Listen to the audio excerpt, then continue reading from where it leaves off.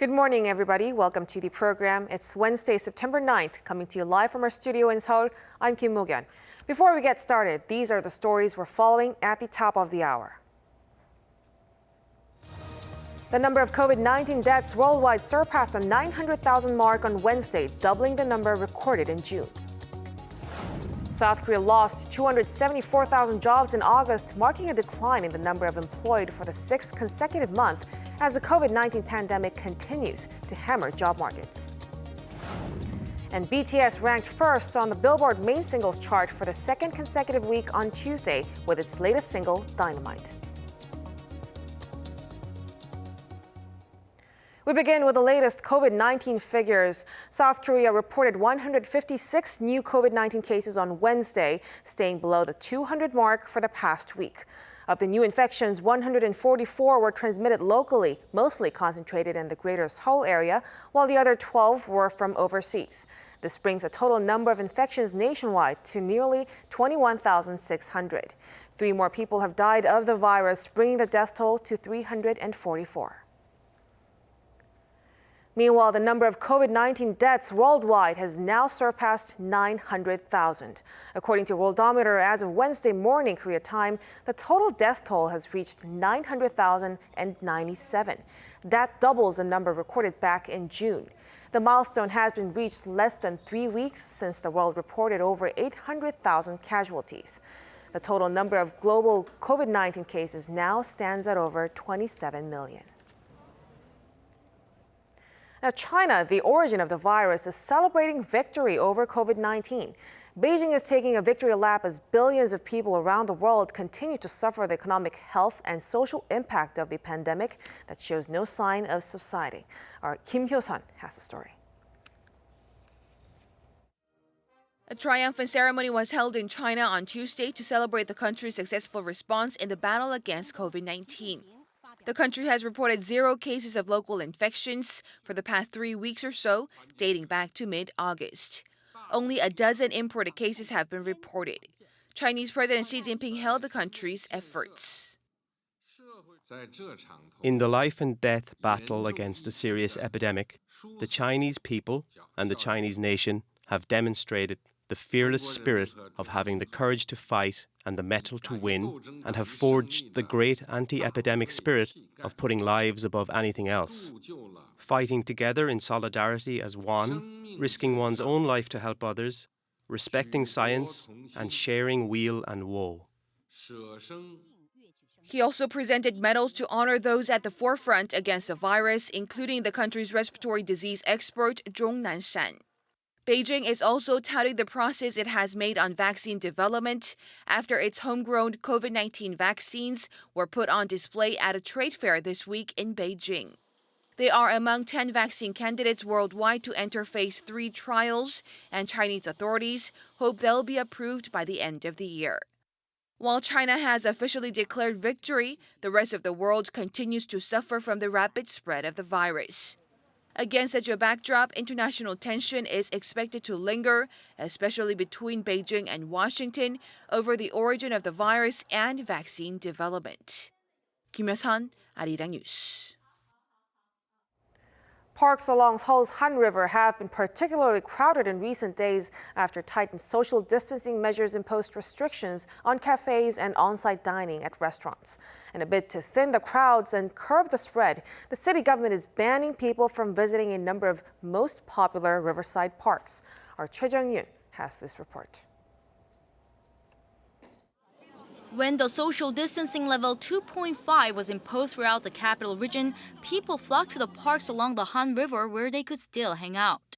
The number of visitors in the first week of September increased by almost 40% compared to the same period last year, rising especially on the weekend.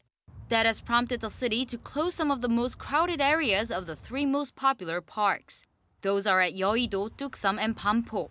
The restrictions apply to the picnic areas and plazas where people tend to gather.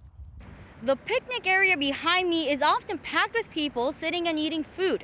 But with the latest restrictions, warning tape has been put up to stop people from going on to the grass. The convenience stores, snack bars, and cafes at river parks will have to close every day at 9 p.m. Panpo Park will ask people to refrain from eating, drinking, and exercising after 9 p.m. Park officials will also be there, reminding people to stay 2 meters apart from each other and to wear their masks. The river parks have become a concern because someone went to a convenience store at Duksan Park last week without a mask on and was later confirmed to have the virus. Seoul residents say they support the measures, though there are inconveniences they have to endure. With the stricter social distancing, parks were kind of the only getaway we could enjoy. With these new restrictions, I don't know where I can go to get some fresh air. But if it makes quarantine more effective, then I'll stay home until the pandemic is finally under control. The city will also close the parking lot to 11 of the parks from 9 p.m. to 2 a.m. The measures are expected to last until this Sunday, but could be extended if case numbers don't come down. 최정윤, Arirang News. On some developments in the strife between local doctors and the South Korean government, the Korean Intern and Resident Association's newly formed Emergency Response Committee has decided that all trainee doctors return to work today, officially ending their weeks-long strike. The decision comes after the committee held an overnight meeting late Tuesday. The doctors had been protesting government plans to recruit thousands of doctors over the next 12 years, with many being sent to work in rural areas. The committee says the majority of its members wanted to return to work.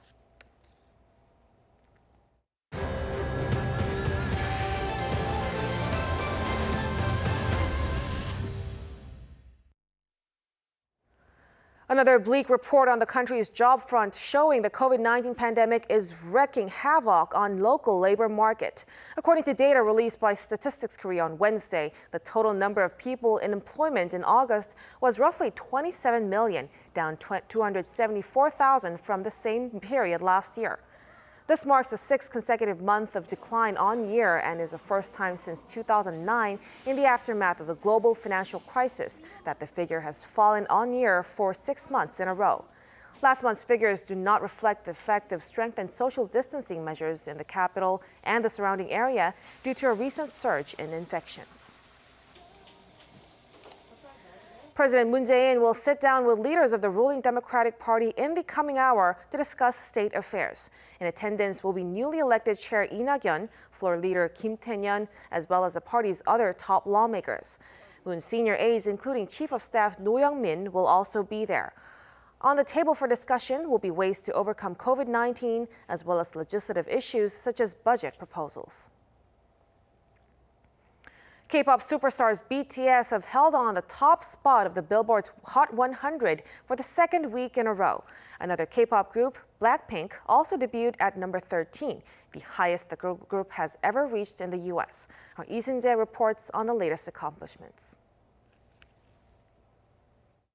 BTS continues to ride high with their all-English hit song, Dynamite, maintaining the group's grip on the pinnacle of the Billboard Hot 100 for the second straight week. The chart, which looks at streaming, radio airplay, as well as sales data, show that Dynamite is still the most popular song in the U.S. Over the past week, the song had 17.5 million U.S. streams, sold 182,000 downloads, and drew 16 million radio airplay audience impressions, up 16% from the previous week. Dynamite also topped the digital song sales chart for the second straight week. Another K-pop song is also riding high on the Billboard Hot 100 chart. It's Blackpink's Ice Cream, featuring Selena Gomez. The song, which made its worldwide debut on August 28th, debuted at number 13, a record-breaking high for the group. Ice Cream is also number 2 on the Billboard Digital Song Sales chart. Blackpink's latest success comes after peaking at number 33 earlier this year with Sour Candy and their earlier single, How You Like That, in July. With their first official album being released in early October and rumors of them collaborating with another US artist, even bigger success may be around the corner for Blackpink. Lee Seung-jae, Arirang News. North Korean leader Kim Jong-un has chaired an enlarged meeting of the ruling Workers' Party's Central Military Commission to discuss the recent typhoon damage in Hamgyeongnam-do province. That's the worst hit area in the regime. According to the North State media on Wednesday, Kim called for restoration work to start at the earliest date possible to ensure residents were taken care of. He added the party's Central Military Commission will entrust reconstruction to the People's Army once again. The report said more than 2,000 homes were flooded and almost 60 bridges collapsed due to Typhoon Maysak. U.S. President Donald Trump, who recently faced media backlash after a news report claimed he disparaged American worded while in France a couple of years ago, has caused another stir, this time by slamming the military's top brass. Our Kim Jae-hee reports. President Trump vehemently denies the now infamous report that was published last week in The Atlantic magazine. Citing anonymous sources, the report claimed President Trump was overheard in France in 2018, referring to several high-profile war veterans as losers and suckers. And it's a disgrace. Who would say a thing like that? Only an animal would say a thing like that. While hitting out at the Atlantic report, President Trump turned his attention to the leadership at the Pentagon. He says many top military leaders don't support him because he wants to get the U.S. out of wars while they want to keep waging war, mainly to satisfy defense contractors. I'm not saying the military is in love with me. The soldiers are. The top people in the Pentagon probably aren't because they want to do nothing but fight wars so that all of those wonderful companies that make the bombs and make the planes and make everything else stay happy. President Trump's chief of staff, Mark Meadows, said Tuesday that Trump's remarks were more directed at the so-called military-industrial complex. But it seems likely the already strained relations between President Trump and the higher-ups at the Pentagon will only further deteriorate. The Army's top general defended the military's leaders on Tuesday, saying they would only recommend sending American troops into combat as a last resort. NBC reported this week, citing senior Trump administration sources, that White House officials have talked to Veterans Affairs Secretary Robert Wilkie about possibly replacing Defense Secretary Mark Esper. Kim Jae-hee, Arirang News.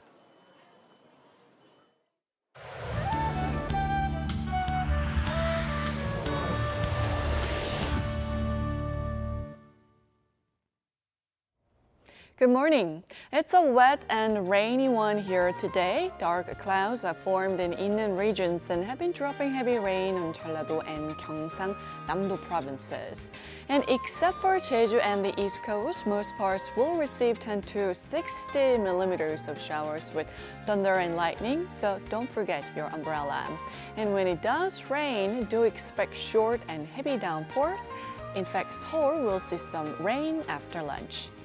Temperatures will be similar to yesterday for the capital region at 25 degrees Celsius here in Seoul, while Busan, Jeju, Gyeongju will have a rain-free day under fairly sunny skies with warmer temperatures nearing 30 degrees Celsius. And as for the weather outlook, after the early morning rain lets up in the capital region tomorrow, skies will turn brighter and will remain bright through early next week, while the East Coast will see rain from Friday to Sunday. That's Korea for you, and here's a look at the weather conditions around the world.